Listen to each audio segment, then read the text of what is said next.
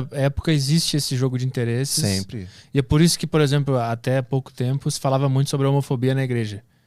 Isso era um jogo de interesse também, porque eu sempre vi que tinha uma vertente das pessoas religiosas que falavam, não é isso que está dizendo lá. Eu ainda vou ter a coragem de explicar exatamente o que a Bíblia diz. Até porque eu tô muito recente nesse meio. Eu tô fazendo coach gay. Pra saber como ser gay direito. Olha só o pastor falando que é gay. Não, nesse momento começam os xingamentos no site. Existe muita resistência? Total, 100%. Isso é uma coisa que botaram na cabeça das pessoas, né? Que é um pecado. Então, assim, do meu público, nem todos os cristãos me atacaram quando eu me assumi. Que é o final da história, tá, gente? A gente tá pulando 4 anos da minha vida. Isso, Tarantino. Tá pulando 4 anos. A gente começa do final. Entendeu? Eu tenho 7 meses que eu virei gay, que não pode falar virou gay. Mas eu tô entendendo ainda. O cara compra briga com todo mundo. Com LGBT, com religioso. Eu tô reunindo com a galera, eu falo, o que eu falo, o que eu não posso. Eu posso chamar alguém de viado? Porque lá na roça chamar de viado é elogio. Você chama teu amigo de viado, ô viado, chega aí.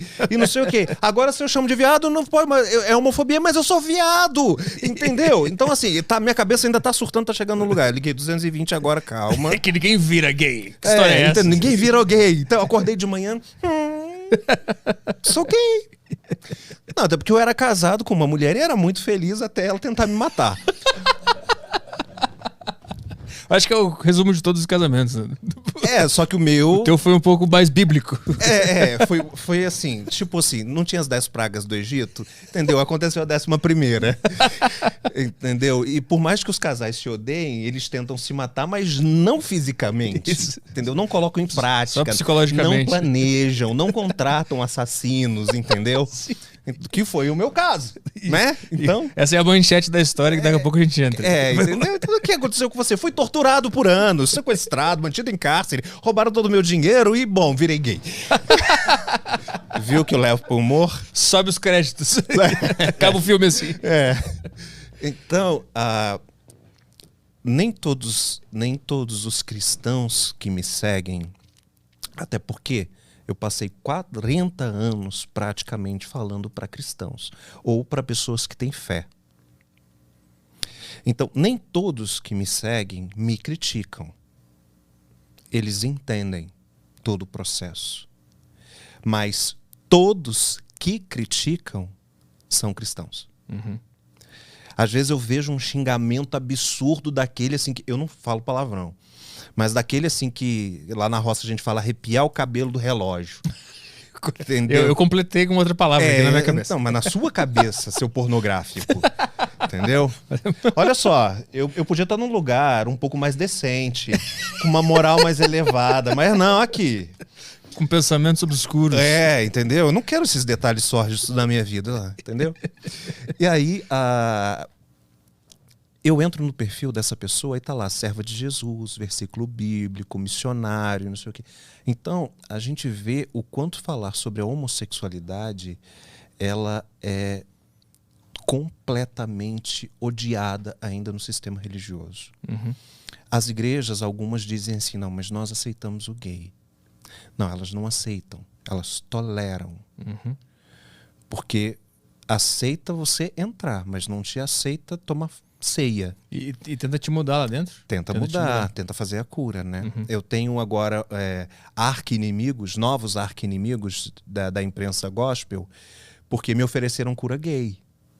E eu falei, não, tô de boa. Tô muito mais feliz, inclusive. Olha a minha cara, entendeu? Olha a minha cara. Então você sempre foi. Não, olha, eu tava de boa do jeito que eu tava e eu tô de boa agora. E eu tô de boa biblicamente. E vão me bater por causa disso.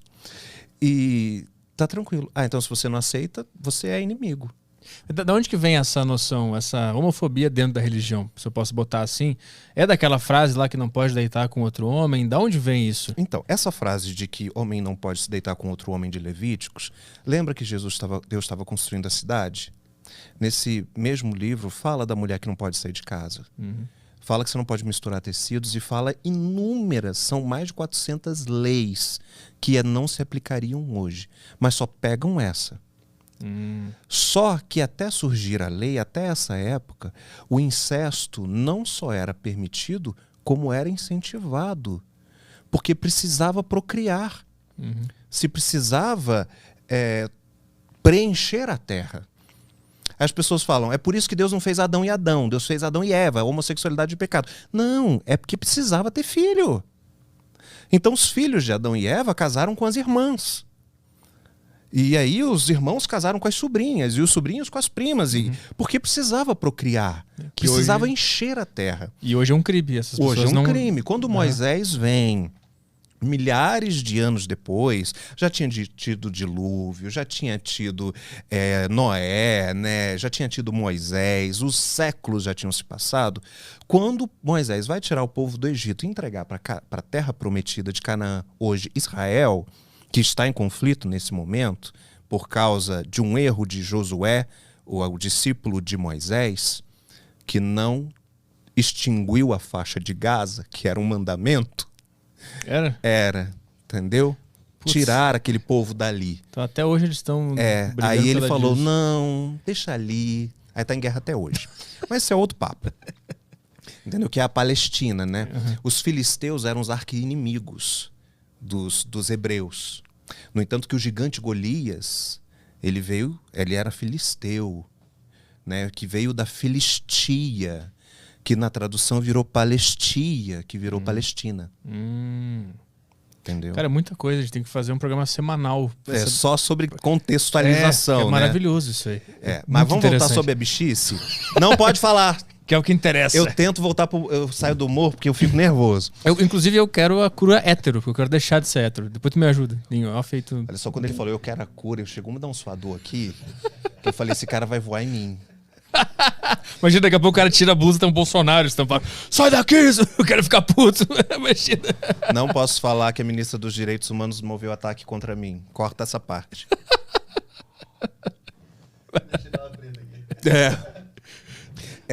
Da onde vem essa ideia que perdura até hoje em pessoas religiosas da homofobia? Então, porque principalmente nos primeiros séculos pós-vinda de Jesus, Constantino, em 313, lembra que Alexandre o Grande, gay, não teve filhos, não deixou herdeiros? O império dominou Alexandre, o Império Romano, e se tornou o maior império do mundo. E ele foi dividido em quatro tetrarquias. Tetrarquia de Filipe, de César, e uma delas foi para Constantino. Só que Constantino não estava satisfeito. E ele começou a guerrear contra os seus para transformar as tetrarquias num império único. E nessas guerras intermináveis, ele não tinha mais soldados, não tinha mais mão de obra. Então o que Constantino faz? Ele se converte. Ele diz, a partir de agora eu sou crente. Aceitei Jesus. E aí ele traz os cristãos para o lado dele para ser mão de obra. Neste momento, ele cria os cultos, define que Jesus nasceu dia 25 de dezembro, que era o aniversário do Deus que ele seguia, o Deus Invictus, para dizer que a Semíramis, que era a deusa que ele servia, não podia ficar de fora, ele insere dentro da igreja e chama de Maria. Ele troca os nomes e aí ficou tudo bem para os cristãos. E aí começou os santos, as estátuas dentro da igreja. Então, entre as coisas que ele fez, era justamente decretar a luxúria como um pecado e aí a homossexualidade, até porque precisava procriar. Né? Mas, por algum motivo, outros pecados que também foram considerados foram abandonados durante o tempo e esse continua em vigor até hoje. A Bíblia chama, nas versões que nós temos, de abominação. A pessoa do mesmo sexo deitar com outra do mesmo sexo é abominação. Só que a palavra de Deus diz que existe um outro pecado que também é abominação. E fala que ele é abominação 2 vezes. Enquanto que a homossexualidade fala que é uma só. Falar mal de alguém. A maledicência. Você conhece alguém que nunca falou mal de ninguém? Não. Você conhece alguém que não falou mal de alguém hoje? Provavelmente falou, né? Eu não sei se falou, mas provavelmente alguém falou. Então, tchau, você não entra no céu. Uhum. Logo, ninguém entra no céu. Um homofóbico não vai entrar no céu. Porque tá falando mal do E ele gay. acha que vai, porque ele tá combatendo, entre aspas, algo que... E nos últimos capítulos da Bíblia, quando vem a Nova Jerusalém, existe uma lista de quem não será bem-vindo no céu. E aí fala dos pastores corruptos, que usaram a mensagem para enganar as pessoas e lucrar. Fala sobre os avarentos, aqueles... Você está aqui para ajudar o próximo. Essa é a tua missão. Você não sabe qual é a tua missão? Parte desse princípio. Entendeu? Uhum. Esse é o princípio básico do cristianismo. A ajudar. Entendeu? Uhum. Tiago, meu irmão de Jesus, diz que aquele que sabe que deve fazer o bem e não faz, está pecando. Então esse é o princípio básico. E aí, dentre essa lista dos que entram ou não entram na Nova Jerusalém, estranhamente fica de fora, não entra nessa lista, os homossexuais ou os sodomitas, mas entra os maledicentes. Então no final a gente se resolve lá com eles, né? Quando chegar Então, nesse momento... No final, a minha palavra... então você está justificando o seu pecado. Então, tudo bem, tá todo mundo pecado e tá todo mundo indo pro inferno. Sim. Ok, é por isso que nós precisamos de Jesus. Sim. Ninguém vai pro céu por mérito próprio. A gente vai por causa da cruz. Se não, tira a cruz, uai.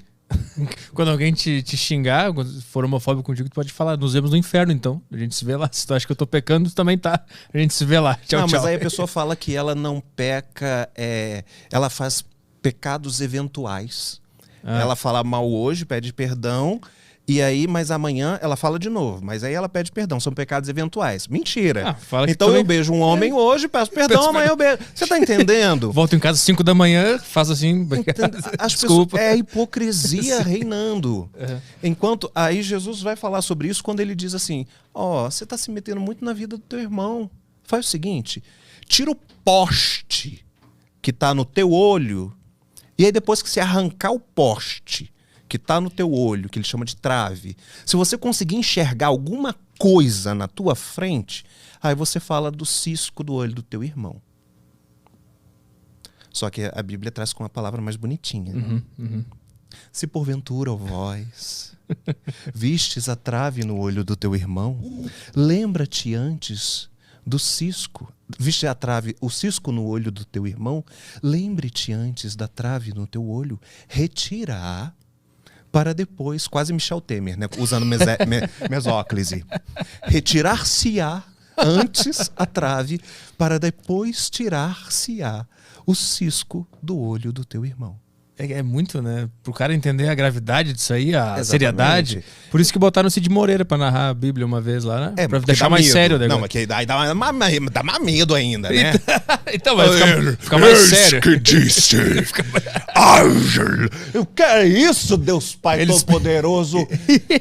Eles pegaram o mais próximo de Deus pra ficar bem parecido. Como é que Deus falaria aquelas palavras? Pois é, mas quando Deus chegou pra Elias, diz a palavra de Deus que ele falou como um breve sussurro.